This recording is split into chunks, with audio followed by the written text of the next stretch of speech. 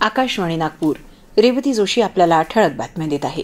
पांडुरंगाने राज्यावरची संकट दूर करण्याची शक्ती द्यावी, सन्मार्गाने चालण्याची सुबुद्धी द्यावी, बळीराजाला सुखी समाधानी करण्याकरता आशीर्वाद द्यावा, असं साकडं मुख्यमंत्री देवेंद्र फडणवीस यांनी घातलं.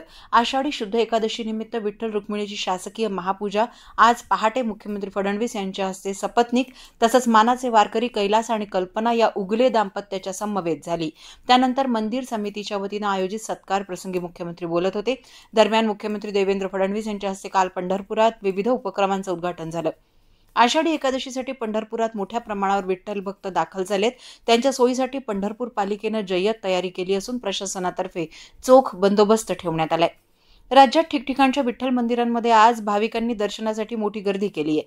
छत्रपती संभाजीनगर, नागपूरसह इतर अनेक ठिकाणी पंढरपूरकडे पायी जाणाऱ्या भाविकांसह दिंड्या आणि पालख्यांनी रस्ते फुलले आहेत. केंद्रीय गृह आणि सहकार मंत्री अमित शहा यांच्या हस्ते गुजरातमधील आणंद इथे त्रिभुवन सहकारी विद्यापीठ या देशातील पहिल्या सहकारी विद्यापीठाचं भूमिपूजन आज होणार आहे. या विद्यापीठामुळे सहकारी संस्थांमधील घराणेशाही संपुष्टात येऊन पारदर्शकता स्थापित होईल. तसंच सहकारी विद्यापीठातून प्रशिक्षण घेतलेल्यांना रोजगार मिळतील. देशभरातील सहकारी प्रशिक्षण तज्ज्ञांनी स्वतःला या विद्यापीठाशी जोडून घेत योगदान द्यावं, असं आवाहन केंद्रीय गृह तसंच सहकार मंत्री अमित शहा यांनी केलंय. शेतीमध्ये आधुनिक विज्ञानाचा वापर करून उत्पादन व शाश्वतता वाढवण्याच्या दृष्टीने उचललेलं पाऊल म्हणून ॲग्रोव्हिजनतर्फे ऊस शेतीसाठी AI तंत्रज्ञान या विषयावर आज 6 जुलै रोजी विशेष कार्यशाळेचं आयोजन करण्यात आलंय.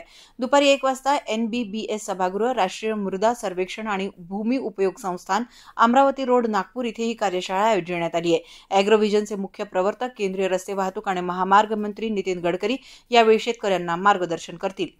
3 महिन्यांचं धान्य 100% शिधापत्रिकांधारकांपर्यंत पोहोचवणाऱ्या अकोला जिल्ह्यातील बार्शीटाकळी तालुक्यातील रास्त भाव दुकानदारांचा तहसीलदारांच्या हस्ते सन्मान करण्यात आलाय. शासनानं यंदा 3 महिन्यांचं एकत्रित धान्य वितरण करण्याचं उद्दिष्ट ठेवलं होतं.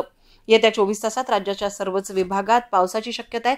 तुरळक ठिकाणी मुसळधार पावसाचा अंदाजही हवामान विभागानं वर्तवलाय. याबरोबरच हे ठळक बातमीपत्र संपलं. नमस्कार.